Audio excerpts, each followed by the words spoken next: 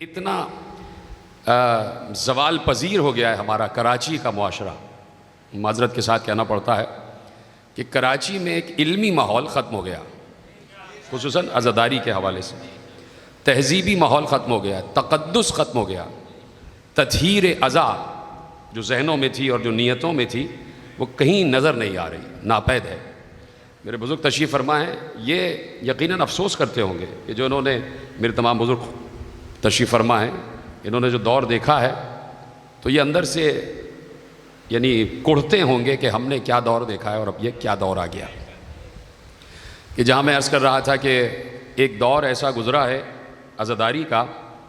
اور شیعہ اور شیعت کا کہ بڑے بڑے دیگر مکتب کے علماء کہتے تھے کہ ان کے تو بچے سے بھی ہم بات نہیں کر سکتے۔ اب دیکھیے نوجوان چپ ہیں اس بات پر، اس لیے کہ یہ حیرت میں ہے کہ کیا ایسا بھی تھا۔ ایک دور ممبر سے ڈیلیورنس کا ایسا گزرا ہے کہ ممبر سے اتنا علم دیا جاتا تھا مجالس میں کہ جو بچہ یہاں سے اٹھتا تھا اسے کسی مدرسے میں جانے کی ضرورت نہیں پڑتی تھی۔ یہ مجلس عزا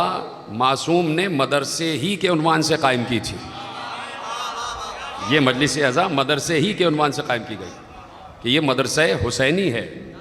اس مدرسہ حسینی میں ہر علم پڑھایا جائے گا۔ ابھی بھی آپ دیکھ لیجئے کہ میں اس وقت ایک شیعہ آبادی میں بیٹھا ہوا ہوں اور گفتگو کر رہا ہوں۔ میں اس لیے کہہ رہا ہوں کہ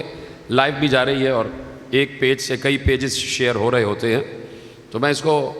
بعض اوقات کہتا ہوں کہ لائیو میں مسائل بھی ہوتے ہیں، لیکن میں اپنے لیے اطمینان سے رہتا ہوں کہ میں ایسی کوئی بات کرتا ہی نہیں کہ جس میں کوئی پریشانی ہو جائے، جس میں کوئی مسئلہ ہو جائے، اس لیے کہ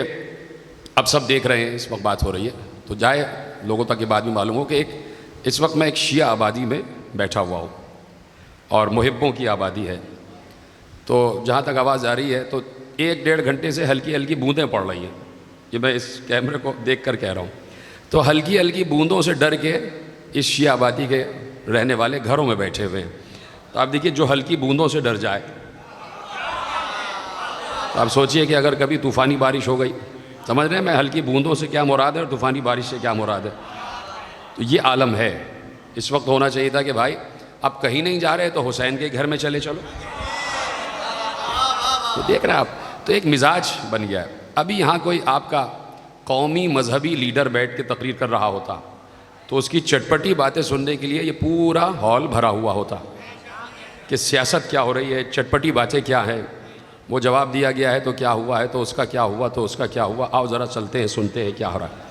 تو یہ مزاج ہے، اس مزاج کو ختم کرنے کی ضرورت ہے۔ میں نے اسی لیے طے کیا تھا کہ جس وقت گستاخی ہوئی ہے میرے ساتویں امام کی شان میں، اسی وقت میں نے نیت کر لی تھی کہ جواب اس کا یہ ہے کہ اتنے فضائل پڑھ دو ساتویں امام کے کہ اس گستاخ کی گستاخیاں کہیں اسفل السافلین میں دب جائیں۔